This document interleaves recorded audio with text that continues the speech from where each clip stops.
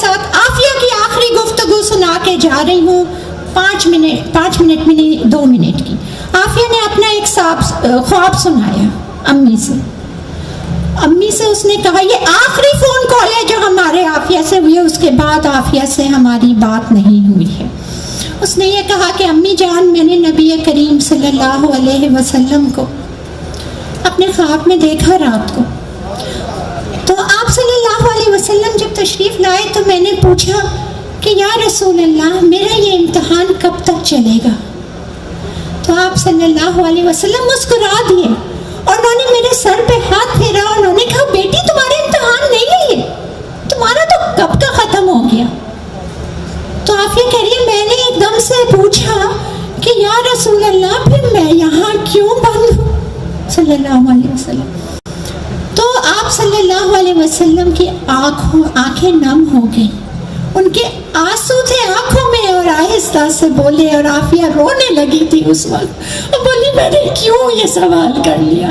مگر آقا صلی اللہ علیہ وسلم کا جواب سن لیجئے جس سے ان کی آنکھوں میں آنسو تھے، اور وہ جواب یہ تھا کہ بیٹی یہ امت کا امتحان ہے، یہ امت کا امتحان ہے. اعوذ باللہ من الشیطان الرجیم، بسم اللہ الرحمن الرحیم. رب اشرح لی صدری ویسر لی امری واحلل عقدۃ من لسانی یفقہوا قولی. ربی ادخلنی مدخل صدق واخرجنی مخرج صدق واجعل لی من لدنک سلطانا نصیرا. بسم اللہ الرحمن الرحیم. جناب بہت ہی محترم شہید سیالوی بھائی اور غازی ممتاز قادری شہید اور ہمارے غازی، ان کے بھائی محترم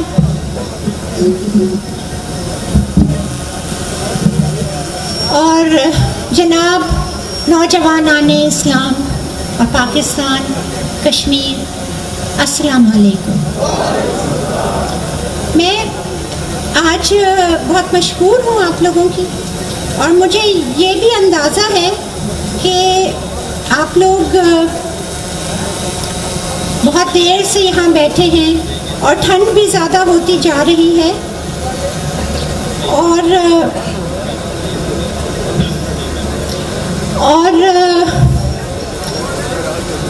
جذبات بھی اتنے زیادہ ہیں. اور محترم شہید سیالوی بھائی کی تقریر، پرجوش تقریر، اس سے پہلے تمام تقاریر آپ لوگوں نے سنی. مزید کچھ کہنے کو باقی تو نہیں رہتا.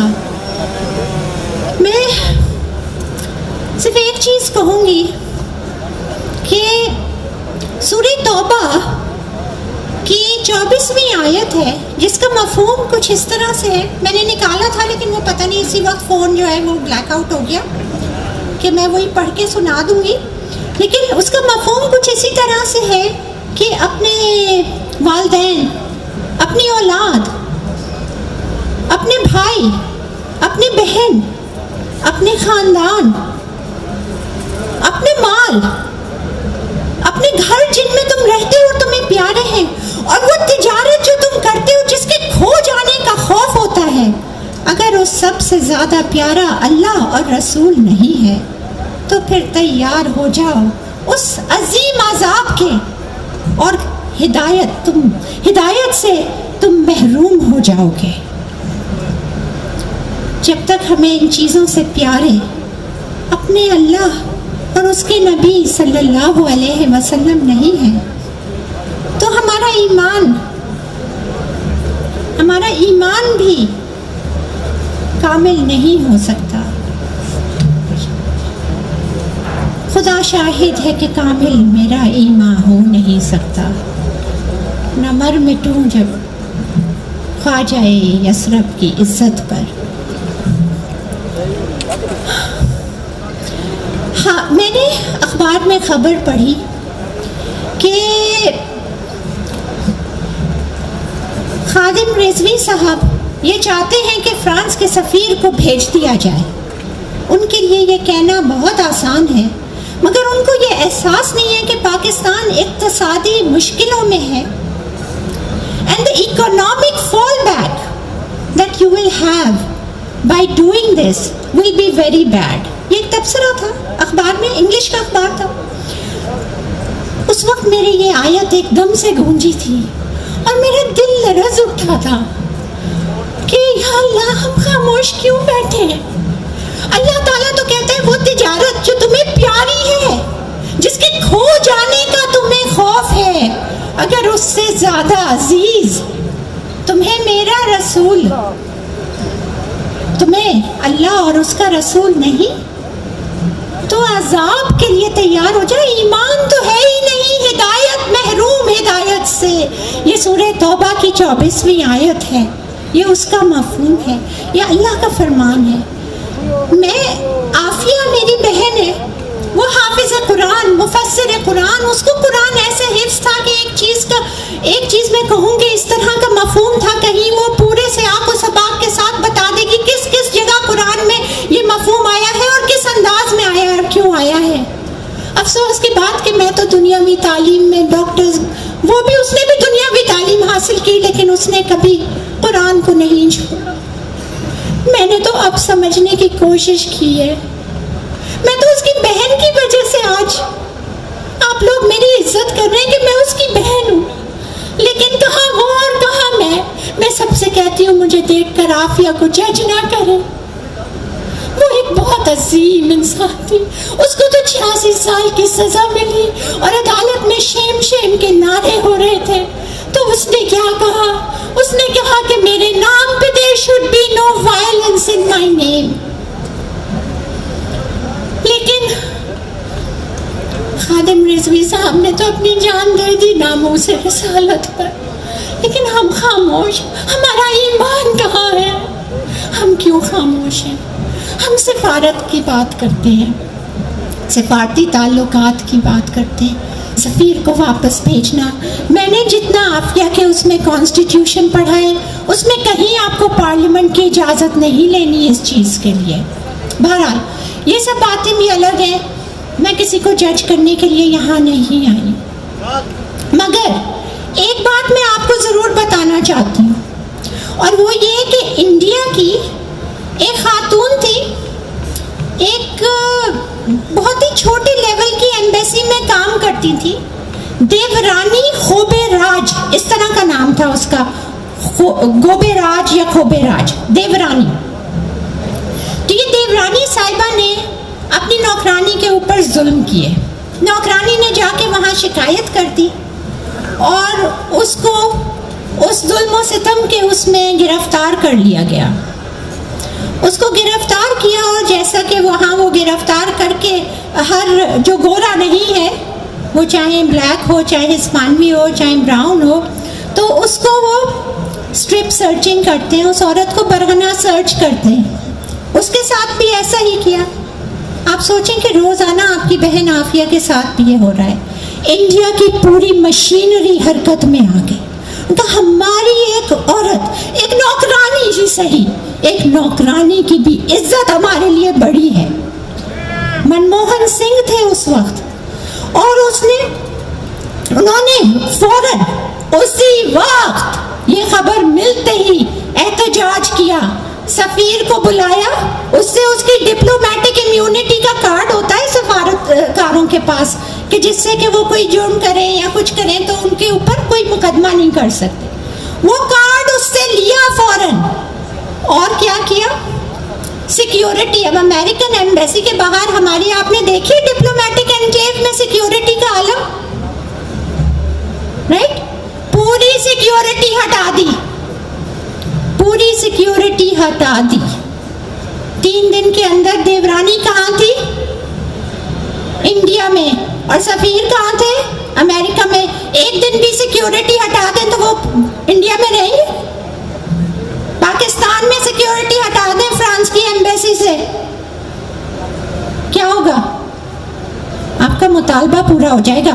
وہ اپنی اس عورت کو جس نے اقبال جرم کیا, جس نے کہ ہر چیز کا وہ کیا کہ ہاں میں مجرم ہوں, جس نے ظلم کیا, جس نے مارا, آپ اپنی ایک معصوم, انہوں نے کہا تم نے اس کے کپڑے, اس کے آنچل پہ ہاتھ کیسے لگایا؟ یہ عزت کی بات کر رہے ہو ان کے، تو پھر انڈیا کے ساتھ سلوک بھی دیکھ لیں امریکہ کا. مودی جاتا ہے تو سر کیسا کر کے سینہ تان کے چلتا ہے، اور ہمارے جاتے ہیں تو سر جھکا کے غلاموں کے غلام بن کر جاتے ہیں.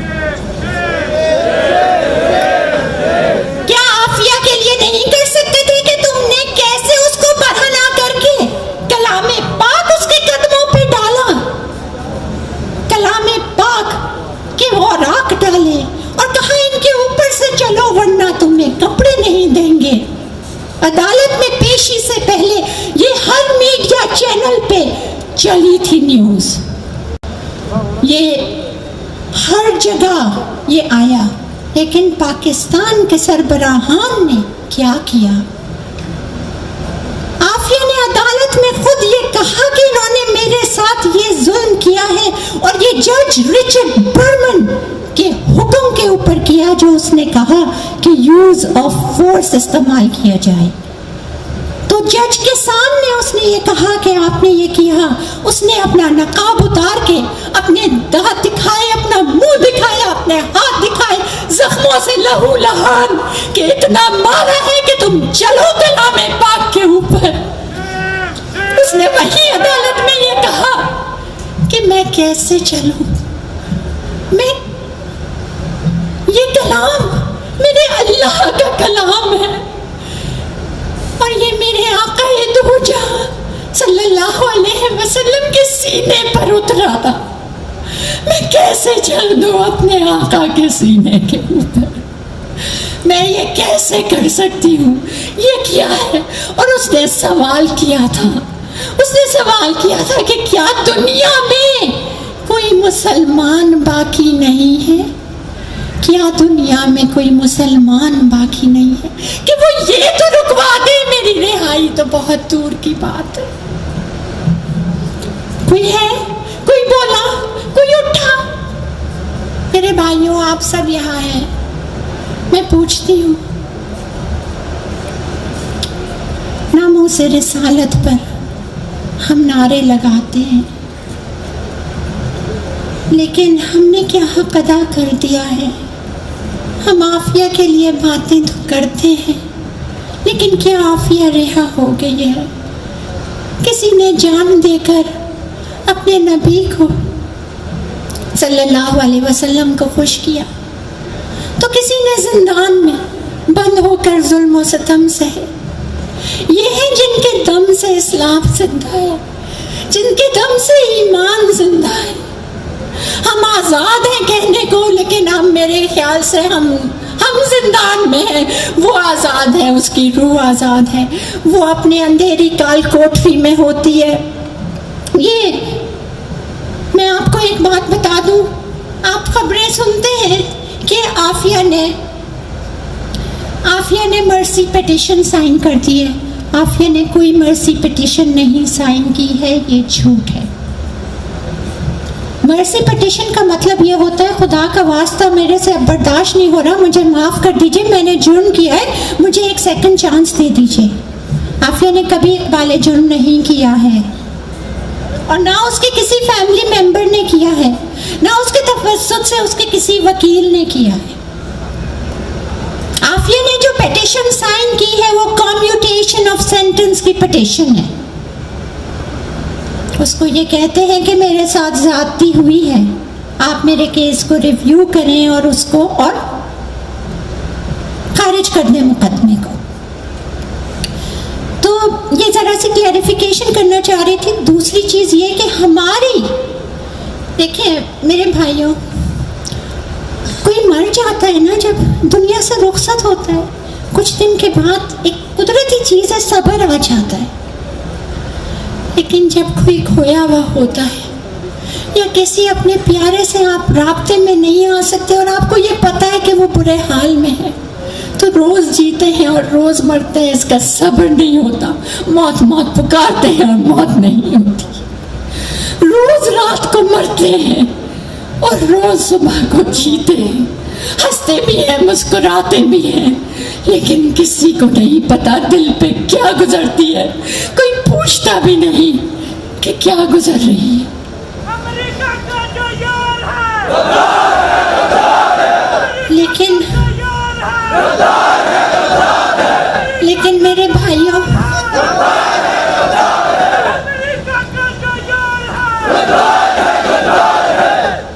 پچھلے 3.5 سال 3.5 years سے ہم نے عافیہ کی آواز بھی نہیں سنی ہے.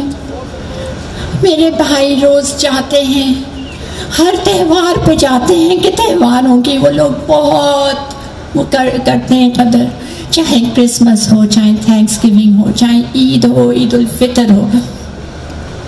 باہر بیٹھے رہتے ہیں جیل کے، لیکن ملنے نہیں دیتے.